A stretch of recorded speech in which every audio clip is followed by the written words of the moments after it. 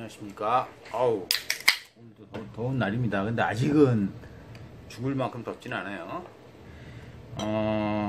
오늘은 요즘 계속 최저임금에 대해서 계속 엉뚱한 곡해를 하신 분들이 있어서 저도 제 생각을 좀 말씀해 보려고 합니다. 지금 이마트에서 코로나 맥주 샀거든요. 멕시코 거에 이거 시원하게 시아시아 먹으면은 맥주 좋습니다. 이거 멕시코 싼미걸보다 나아요. 코로나.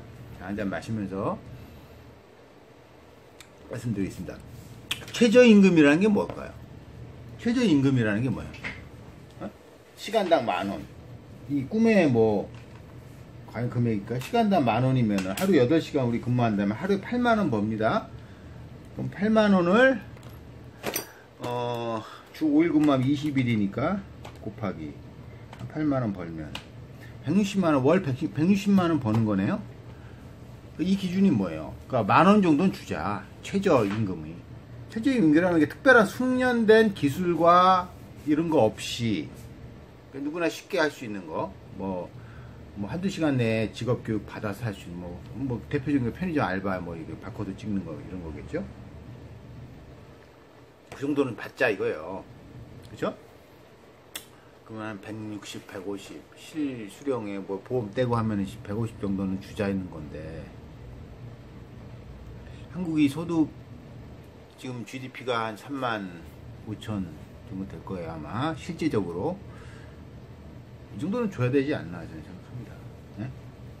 이 정도는 줘야 되지 않나. 그러니까 아무것도, 전문 교육을 안 받았고, 학력 무관, 네?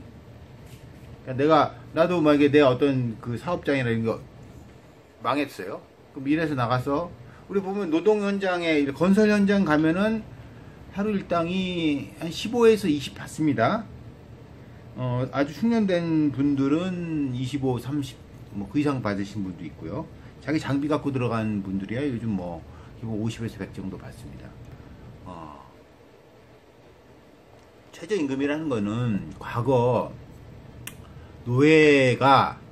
노예들이 하루에 빵 요만큼 달라는 거예요. 이 정도는 먹고 살아야 되는데 이거를 아주 배불리 먹여 줍시다 좀. 어떻게 보면 그렇지 않습니까? 그러면 이 사람이 잘 먹고 다음에 또 의욕적으로 일하고 나올 거 아닙니까? 이걸 갖고 이게 경제를 마비시키니 뭐니 설레발을 떨어요? 자 봅시다. 우리 보면은 이거를 감정적으로 흥분할 게 아니라 심정적으로 그렇다, 이건 아니다라는 얘기 봅시다. 우리나라에서 가장 고인건비를 받는 분야가 어딜까요? 의사들 봅시다. 의사들 제가 사진도 올려주겠지만 대학병원들 봅시다. 대학병원들에서 의사부터 간호사 쭉 조무사까지 쭉 있겠죠. 임금격차 엄청납니다. 거기도 같은 피고용자라 그래서 의사들 보통 보면은 기본 에버리지 1,000대 받아요. 1,000에서 전문의 돼서 과장급이면 500, 1,500 성과급 받는 데 있나봐요. 대학병원이 전체 인건비가 매출의 50%예요. 쭉 나오면은 기본적으로 한양대, 의료원 쭉쭉쭉쭉쭉쭉쭉 거의 50%입니다. 매출에. 그러면 한 해 매출을 1조 했다. 그러면은 5천억이 인건비라는 거예요. 의사 및 간호사, 기타 여러 가지 테크니션, 여러 가지 업무에 종사하는 사람들. 그죠? 그럼 이제 우리 건축을 할 때 우리 집을 짓는다 이거예요. 내가 건축을 했어요. 그래서 땅은 기본적으로 있고 건축을 했어요. 건축을 우리 보통 보면은 일반 조립식 창고 이런 거 지금 기본적으로 잘 지면은 평당 150만원 해요. 그 다음에 콘크리트 지면 평당 200. 여기다가 인테리어 내장 별도입니다. 그러면 주택 같은 게 평당 한 400 정도 줘야지 좋게 지어요. 그것도 자기가 건축을 알아야 되죠. 그래서 자재 사서 인건비를 주면은 그럼 평당 4억 정도 든 건축비에 인건비가 차지하는 비율이 얼마 정도 될까요? 얼마일까요? 그건 자재비 쭉 들어가겠죠. 철근비 쭉 들어가. 절반 정도 들어갑니다. 2억 정도가 인건비예요. 네? 그만큼 인간의 노력으로 쳐발라야지 건물이 제대로 나온다는 얘기죠. 그죠? 그러니까 우리 인간이 이것도 뭐 공급 과잉의 문제가 있는데, 과거 우리 성장기 시대에 있자 진짜 베이비 부모 시대에 애 많이 낳고 어디 가나 걸리적거리고 인간이 쌀 때, 인간에 대한 노동 가치가 쌀 때, 그때 한국이 성장을 했죠. 이제 산업주도식으로 해서. 그렇지만 지금은 그런 시대가 아니잖아요. 이제 인건비가 쌀 수가 없는 시대. 그러니까 많은 선진국들이 그럽니다. 선진국 가보시면은 인건비가 악소리 나요. 그 대신 물가나 임대료나 이런 게 쌉니다. 에? 그러면 우리가 뭐 자영업자 죽겠다 하는데, 자영업자들 일반 뭐 제일 많이 하는 치킨집이라든가 외식업에서 매출을 100으로 볼 때 인건비가 절대 차지하고 있는 게 한 25%? 자기가 일하고 가족도 일하는 거 빼면은 실제적으로 나가는 건 인건비는 한 10%에서 15% 이내입니다. 이것을 뭐 최저 시급, 진짜 파탑이라는 시급 10,000원 줬다고 그래서 매출에 큰 타격이 있을까요? 자영업자들 곡소리 날까요? 오히려 올라가는 물가, 식재료비가 제일 많이 차지해 40%. 임대료가 한 10% 나옵니다. 우리 임대료 막 기하급수적으로 올 때는 뭐 신문에서 자영업자 죽인다고 뭐 대서스피를 안 하잖아요. 그냥 건물주, 간물주의 권리라고 생각해요. 제세 공과금, 기타 등등. 그렇습니다. 그러니까 우리가 가장 최저 시급을 주는 그 경제 자영업자 규모는 소규모잖아요. 영세 사영업자 중, 물론 이제 뭐 큰데도 쓰겠지만 다양한 급여 체계가 있지만 그나마 미니마, 제일 밑바닥에 노동의 가치를 받는 사람들의 미니멈을 정해주자는 게 어찌 잘못된 겁니까? 에? 이 정도는 해야 먹고 살아야 되지. 나는 최소 밑바닥에 솔직히 뭐, 자, 최저 시급 10,000원 받아갖고 생활이 됩니까? 뭐, 다수의 대한민국 사람들이? 에? 저 같은 경우도 되겠냐고요. 내가 이빠이 갖고 뭐 쉬지 않고 뭐 365일 뭐 24시간 잠 안 자고 이래도 되겠냐고요. 에? 그럼 남들 경험이 있고 전문 분야가 있고 어제 수익성이잖아요. 에? 우리의 임금 체계라는 게 뭐 연봉 몇 억 받는 사람도 있죠. 간부급들. 기본적으로 우리가 뭐 꿈에 직장이나 대기업 연봉 1억이라는 게, 예? 많은 수는 맞지 않잖아요. 한 5만 명 받나요? 그럼 대다수가 우리의 마지노선, 그러니까 인간의 아무것도 없이 그냥 소중하게 내 몸 와서 뭘 단순 노동이라도 해서 받을 수 있는 시급을 10,000원 이상 좀 정해주자는데, 이게 나라의 그러니까 망할 이유입니까?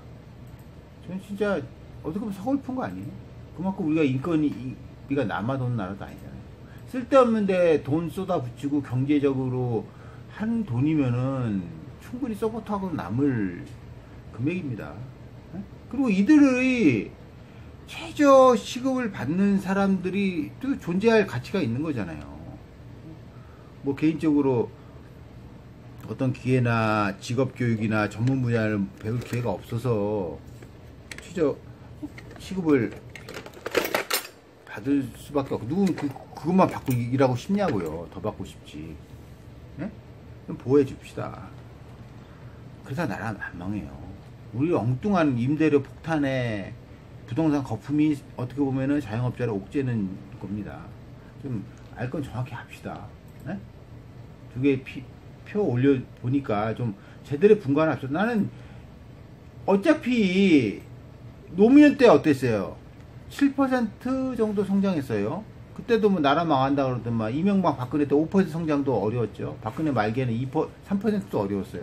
문재인 정부도 이미 우리나라는 계속 성장이 떨어질 수밖에 없어요. 그건 인구 고령화의 절벽에 점점 떨어져. 그래서 2%, 1%에서 2% 왔다 갔다 해서 앞으로 계속 갑니다. 어? 일본처럼 뭐 0%나 마이너스 성장을 하지 않으면 다행이에요. 많은 우리 고도화된 선진국들은 인건비 비싸요. 왜? 인간의 가치를 반드시 인건비가 정해주지 않지만 그래도 기본적으로 정해주는 거예요. 그만큼 인간의 노동의 가치를 좋게 생각해야죠. 어느 큰 1000억짜리 건물이 졌는데 거기 인건비가 얼마 들어갔어요?